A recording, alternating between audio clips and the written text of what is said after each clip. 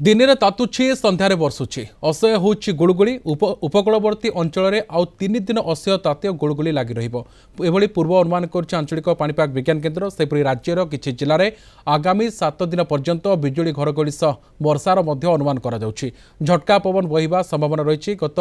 24 घंटे राज्यर किछि किछि जिले में हालुकारु मध्यम धरण वर्षा मध्य अनुमान करा जाउछि गजपति पुरी और भद्रक जिले में प्रबल वर्षार रेकर्ड करा जाइछि गतकाली गजपति जिले में सर्वाधिक 82 मिलीमीटर रेकर्ड करा जाइछि वर्षा परिमाण सेपरि संबलपुर जिले में गत 24 घंटे सर्वाधिक 39.8 डिग्री तापमात्रा रेकर्ड करा जाइछि।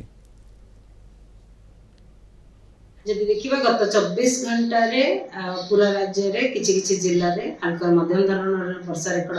होबा सहित तीनोटी स्थान रे प्रबल वर्षा रेकर्ड करा जायछि जेंति गजपति भद्रक और पुरी जिल्ला रे और सर्वाधिक वर्षा रेकर्ड करा जायछि गजपति जिल्ला रे 82 मिलीमीटर और सर्वाधिक तापमात्रा रेकर्ड करा जायछि संबलपुर जिल्ला रे 39.8 डिग्री ता सहित तीनोटी जगह रे 39 डिग्री किंबा ताठू अधिक तापमात्रा रेकर्ड करा जायछि। आगामी 7 दिन पय वर्षा कंटिन्यू करिवो वर्षा सहित बिजुली घड़घड़ी और झटका पवन भी रहिबार संभावना रही किछि जिल्ला रे जल्दी देखिबा आगामी 24 घंटा पय राज्यर सबु जिल्ला रे गोटे किंबा दुईटा स्थान रे हल्का मध्यम धरण वर्षा हेबा सहित बिजुली घड़घड़ी झटका पवन 30-40 किलोमीटर पर आवर रे रहिबार संभावना रही सेति पय पूरा राज्य को येलो वार्निंग दिया जायछि ता सहित काली पय 8 तारिख पय जदि देखिबा गंजाम गजपति रायगढ़ कोरापुट मालकानगिरी जिल्ला रे भी